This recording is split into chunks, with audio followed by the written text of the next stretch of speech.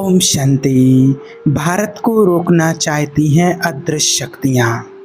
देखिए, आज आपको एक और महत्वपूर्ण बात बताते हैं कि हमारे देश में जो समझो कि अपने ही देश में जो भारत विदेशी या विरोधी कहा जाए, जो भारत विरोधी शक्तियाँ हैं वो पूरे चरम सीमा पर हैं, पूरे चरम पर होंगी। ये आपको आज बता रहे हैं और उनको इस वक्त भारत की शक्ति का एहसास भी हो जाएगा। और ये बात तो आपको कई बार बोल चुके हैं, लेकिन आज आपको फिर से याद दिला रहे हैं कि जो भी भारत के विरोधी हैं और उनको आज भारत की शक्ति का एहसास हो जाएगा आने वाले समय में। और भारत के विरोध में बहुत ज़्यादा जो उछल रहे हैं ना, जो कूद रहे हैं, उनको समय आने पर भारत की शक्ति का एहसास हो जाएगा कि भारत कितना शक्तिशाली देश है, जिसमें सबसे पहले होगा पाकिस्तान, बांग्लादेश है, नेपाल है, श्रीलंका, ये सब उसमें शामिल हैं। और अभी कुछ समय पहले आपने श्रीलंका की हालत तो सबने देखी होगी, न्यूज़ पर सबने सुना होगा। अब पता नहीं कि आपको कितना पता है उसके बारे में। जो श्रीलंका में जो खाने वाला नमक है उस तक के भी लाले पड़ गए थे। 200 रुपये किलो तक का आसपास का नमक बिक चुका है। वहाँ का सारा नमक बह गया था जो उन्होंने रिजर्व करके रखा था, और इंडिया ने नमक की मदद भेजी है वहाँ पर। सोचिए, बड़ी कमाल की बात है कि जो नमक प्रोड्यूस करने वाली कंट्रीज़ हैं, तो ये सारा गेम ही चेंज हो रहा है और फिर से भारत माँ की जय जयकार होगी। कोई कितना भी मर्जी कुछ कर ले, कितना भी मर्जी कुछ कर ले, लेकिन भारत बहुत हमारा शक्तिशाली देश है। भारत हमारा सनातनी देश है और भारत एक बार फिर बहुत जल्दी विश्व गुरु बनेगा। चाहे कोई कितने भी इसके पीछे टांग खींच ले, कोई कितने भी परेशान कर लें, उपद्रव मचा लें, कुछ भी कर लें, लेकिन भारत की जो शक्ति है, जो पावर है, वो किसी को हरा नहीं सकती है। मतलब कि कोई भी शक्ति भारत देश को हरा नहीं सकती है, चाहे कितना भी कोई शक्तिशाली हो। भारत की सनातनी शक्ति के सामने कोई भी शक्ति टिक नहीं पाएगी। लेकिन बस एक विशेष बात ध्यान रखने वाली ये है कि हमारे भारत देश को और दूसरे देश नुकसान पहुंचाने की तो बहुत कोशिश करेंगे और कर भी रहे हैं, और आज उसका रिजल्ट भी आप लोग सभी देख रहे हैं कि नुकसान पहुंचाने की कोशिश कर रहे हैं, लेकिन वो नुकसान पहुंचा नहीं पा रहे हैं। लेकिन भारत को नुकसान कहाँ से होगा?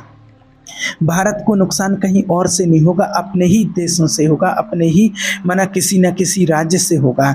जैसे महाराष्ट्र है, बिहार है, यूपी है, पंजाब है। यहाँ कहीं छात्र आंदोलन होंगे, कहीं किसान आंदोलन होंगे, कहीं जातियों के बीच में लड़ाई होगी, कहीं कुछ होगा, कहीं कुछ होगा, और इसके बहुत ज़्यादा चांसेस हैं। और बस जहाँ भारत देश को कहीं से भी अगर नुकसान होगा तो वो इन्हीं जगहों से नुकसान होगा। और आज जितना भी नुकसान हुआ है, तो आज भारत में कहीं कोई आंदोलन हो रहा है, कहीं कोई आंदोलन हो रहा है, और दूसरे कई ऐसे देश हैं जैसे चाइना है, और भी ऐसे कुछ देश हैं जहाँ पर एक ही सत्ता, एक ही राज्य चलता है, लेकिन भारत में कहीं ना कहीं आंदोलन चलता ही रहता है, और किन्हीं देशों में ऐसा आंदोलन नहीं होता है। तो ये भारत के लोग ही भारत को कहीं ना कहीं से नुकसान पहुँचाने की कोशिश करेंगे, और हमारा नुकसान जो है वो बाहर से कम होगा। बाहर से तो नुकसान होने के बहुत कम चांसेस होंगे, लेकिन भारत को जो नुकसान होगा वो अंदर से ही नुकसान होगा।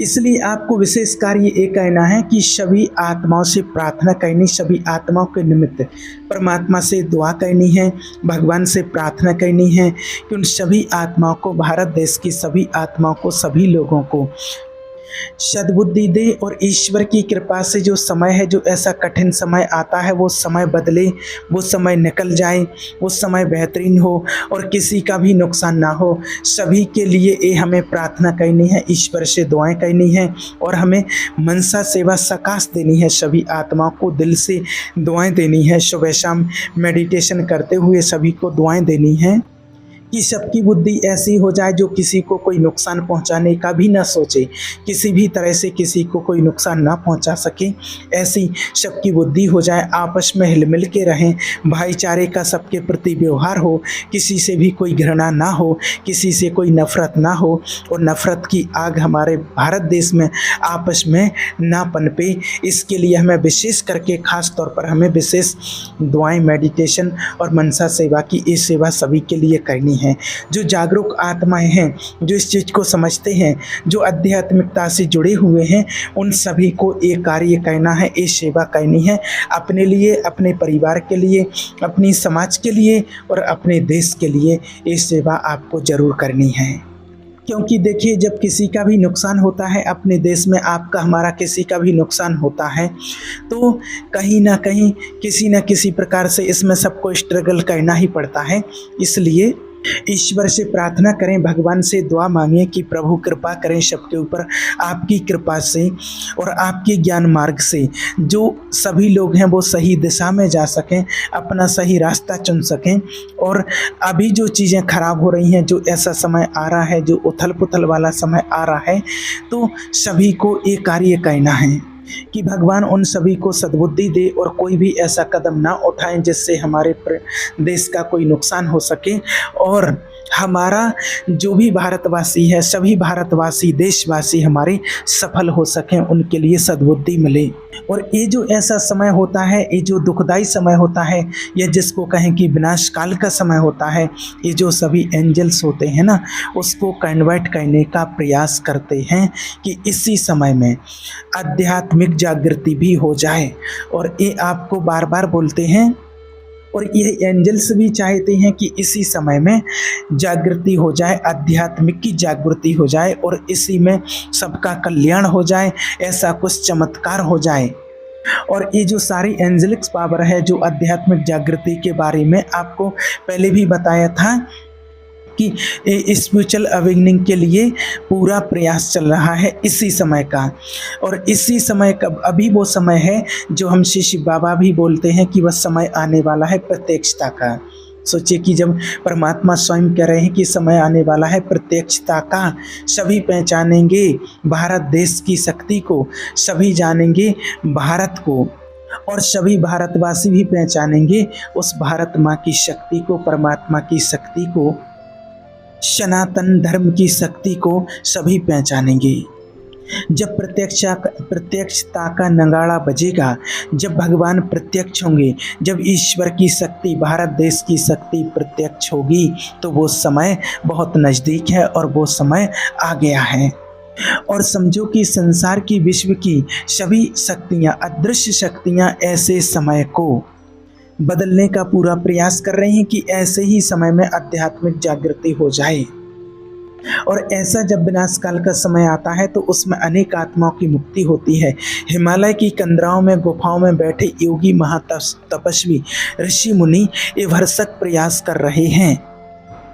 और गुप्त रूप से अगर देखा जाए तो जो भी जिनके शिष्य होते हैं, जो गुरु होते हैं, तो वो उनको तैयार करते हैं इस चीज़ के लिए कि आने वाले समय के लिए हमें कैसे सामना करना है और उसमें हमें क्या क्या तैयारी करनी है।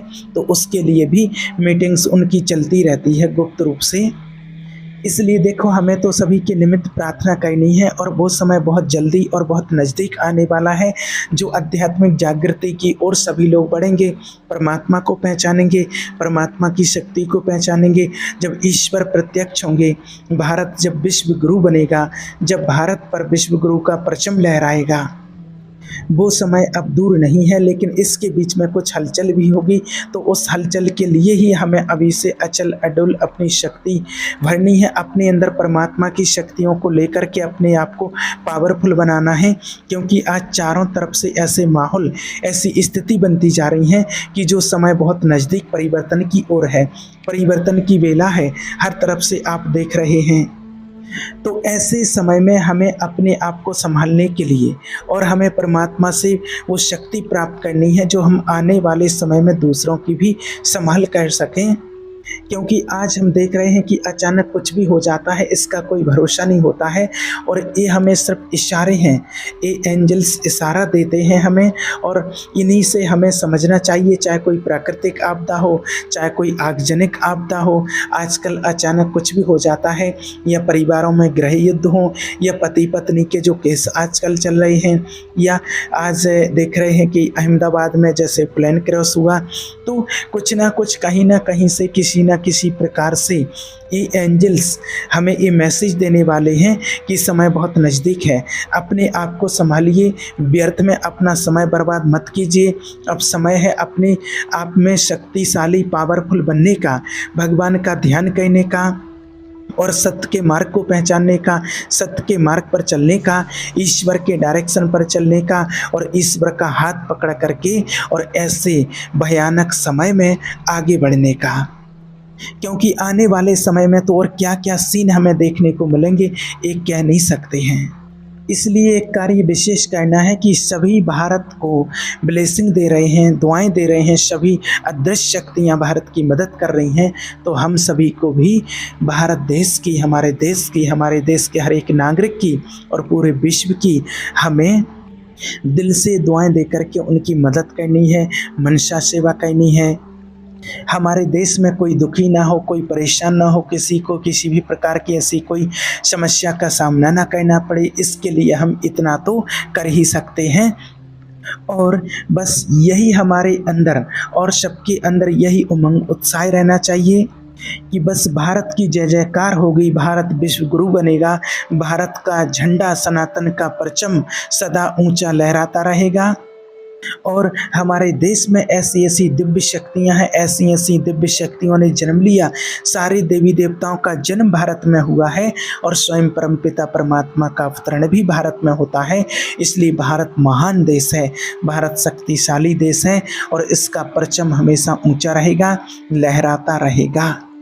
इसलिए हमें सबको शक्तियाँ देनी है, दुआएं देनी है और अपने आप को पावरफुल बना करके इस भयानक समय के लिए अपने आप को तैयार करना है, अपने आप को संभाल करके रखना है। ठीक है। ओम शांति।